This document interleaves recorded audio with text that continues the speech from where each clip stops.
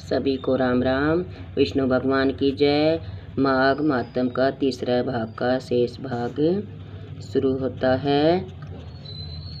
श्रद्धा और भक्ति से युक्त होकर तुम माघ मास स्नान करो। माघ स्नान की विधि इस प्रकार है। पौष शुक्ला एकादशी के दिन से स्नान प्रारंभ करना चाहिए। भूमि पर सोना चाहिए और 1 माह तक निराहार व्रत का पालन करते हुए तीनों कालों में स्नान करते रहना चाहिए। मन को एकाग्र करके पूर्ण इंद्रिय निग्रह करते हुए सभी प्रकार के भोगों को त्याग कर माघ शुक्ल एकादशी तक तीनों कालों में भगवान विष्णु का पूजन करना चाहिए। इस प्रकार मनसा वाचा कर्मणा श्याम को विष्णु भगवान में लीन कर जो मनुष्य पूरे माघ मास स्नान करता है, श्रद्धानुसार दान करता और माघ महात्म्य का श्रवण करता है, वह संपूर्ण सांसारिक सुखों को भोग कर यश और कीर्ति को प्राप्त कर अंत में स्वर्ग को प्राप्त करता है। अतएव समस्त सांसारिक सुखों की कामना रखने वाले तथा स्वर्ग की कामना करने वालों को माघ मास स्नान और महात्म्य श्रवण में अवश्य ध्यान लगाना चाहिए। माघ स्नान के फल से मनुष्य की विपत्तियां तथा सभी प्रकार के पापों का नाश हो जाता है। माघ स्नान यज्ञ से भी अधिक फलदायी है। माघ स्नान से समस्त दानों का फल प्राप्त होता है। विशेष क्या कहा जाए, 1 माघ मास का स्नान ही समस्त यज्ञों तपों तथा योगों का फल देने वाला है। पुष्कर, प्रयागराज, ब्रह्मवर्त, पृथ्वीदक तथा गंगा संगम इत्यादि तीर्थों पर 10 वर्षों तक नियमित स्नान द्वारा जो पुण्य प्राप्त होता है, वही फल केवल 3 दिनों तक माघ स्नान तथा महात्म्य श्रवण द्वारा प्राप्त हो जाता है।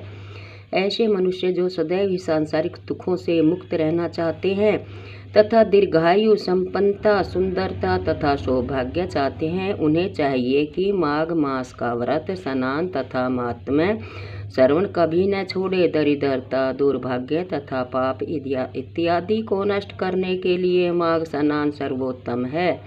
हे राजन, श्रद्धा के अभाव में किए गए सभी पुण्य कार्य अलग फल देते हैं, किंतु माघ स्नान श्रद्धा सहित अथवा श्रद्धा रहित किसी भी रूप में किया जाए, यह संपूर्ण फल प्रदान करता है। चाहे कैसे भी भाव से माघ स्नान किया जाए, यह संपूर्ण फल प्रदान करता है। जिस प्रकार कृष्ण पक्ष में चंद्रमा क्षीण होता है, वैसे ही माघ मास स्नान करने वाले के पाप स्नान फल से क्षीण होने लगते हैं तथा पुण्य की वृद्धि होती है। जैसे सागर के गर्भ से नाना प्रकार के बहुमूल्य रत्न प्राप्त होते हैं, वैसे ही माघ मास स्नान करने वाले को नाना प्रकार के पुण्यों की प्राप्ति होती है। जैसे चिंतामणि नामक मणि समस्त चिंताएं दूर कर देती है, वैसे ही माघ स्नान मनुष्य की समस्त चिंताओं का नाश कर संपूर्ण कामनाओं को पूरा कर देता है। सतयुग तप प्रधान युग था, त्रेता ज्ञान प्रधान तथा द्वापर भक्ति प्रधान था, वैसे ही कलिकाल में भक्ति और माघ स्नान का महत्व है। यह 3 स्नान चारों युगों में फल देने वाला है। सभी आश्रमों तथा चारों वर्णों के लिए माघ स्नान धर्म और सुख सौभाग्य की वर्षा करने वाला है। महर्षि भृगु के ये वचन सुनकर विद्याधर ने पूछा, हे प्रभु, जो मनुष्य 1 माह तक निराहार रह सकने में असमर्थ हो तथा फलाहार भी उनके लिए संभव न हो, वह किस प्रकार माघ मास के व्रत का पालन कर सकता है? जिसके पास अर्थाभाव, दुर्बलता अथवा अन्य किसी कारण से तीर्थों में जाने की शक्ति न हो, ऐसे व्यक्ति माघ स्नान कैसे करे और उसके फल को कैसे प्राप्त करे?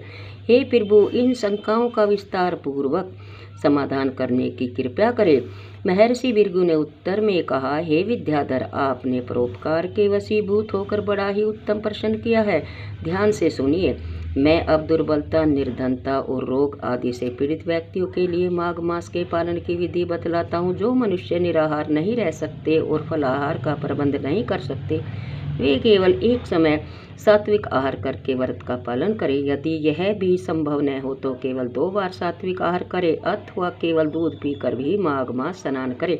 निर्धन वर्ती को जब भी भोजन प्राप्त हो, वह भोजन कर सकता है, परंतु बासी, सड़ा हुआ, झूठा